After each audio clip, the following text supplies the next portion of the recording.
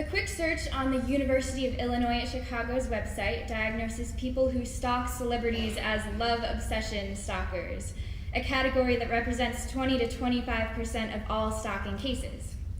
In fact, the narrator of Dewey J. Novak's Walking on Eggshells, or When I Loved Tony Robbins, is a certified love obsessionist when she takes her celebrity crush on a famous life coach to the next level.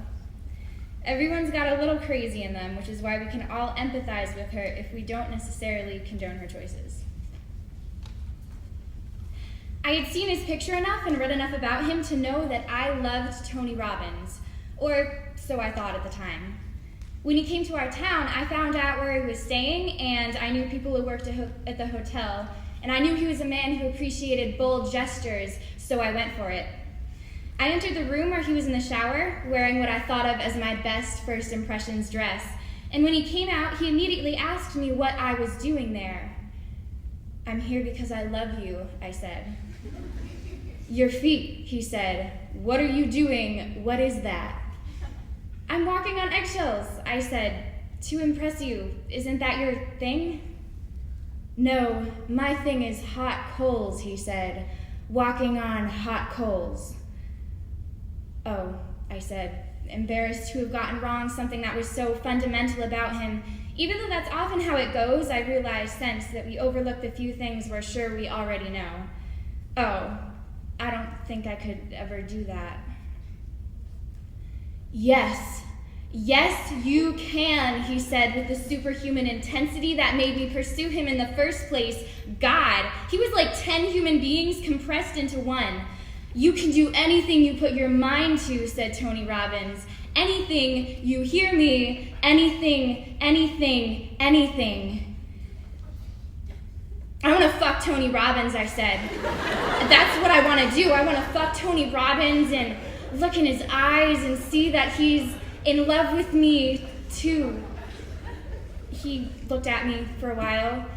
His face looked very confused, but I could tell by the way his eyes squinted especially hard at certain parts of my dress that he was also secretly checking me out.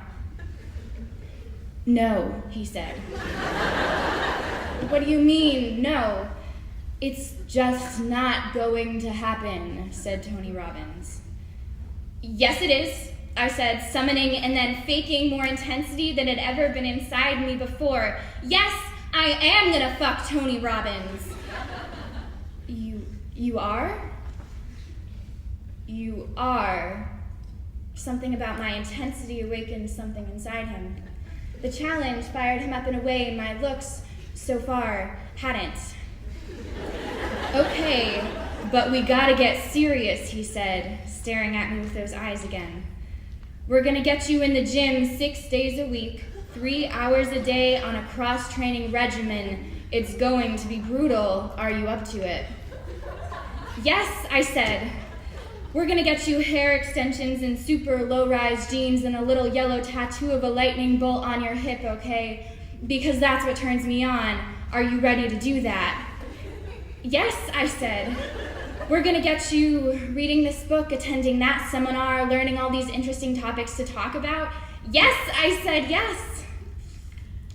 I dedicated myself to the program like I've never dedicated myself to anything in my life. Once a week, on Fridays, I would check in with Tony so he could monitor my process. He would stare me up and down, sizing me up, determine if I was getting hot enough to interest him on a physical level. Then, we would talk casually for a lot longer to see if I was becoming the kind of person Tony Robbins could fall in love with. "Don't forget to surprise me sometimes," he said in week 2. "Learn all these things, do all these things, but it's also important in a romantic relationship for both people to feel they are learning and growing from the other person." This is especially good advice, so I added capoeira, guitar, and Italian films of the 1940s to my areas of expertise. Around the 5th or 6th week, I noticed something had changed about the way he looked at me.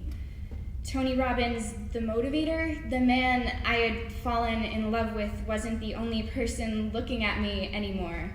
Now there was another man starting to come out from behind those eyes that had always reminded me of locked steel gates, and it was exciting and scary, if those are even different things to realize I was on the verge of something so big with this new person I didn't know, someone I might never know, something with no end date, no target, and no limit.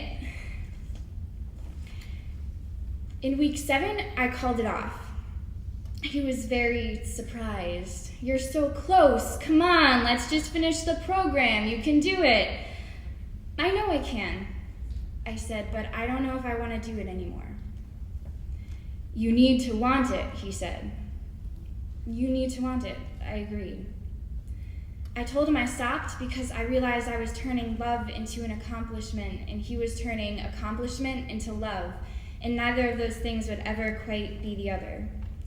When I told him that, he seemed to both light up and flare out at the same time, like he knew this was the truth, but it was also hard for him to let go of someone who would say something like that. But the real truth was actually much simpler than that, more visceral.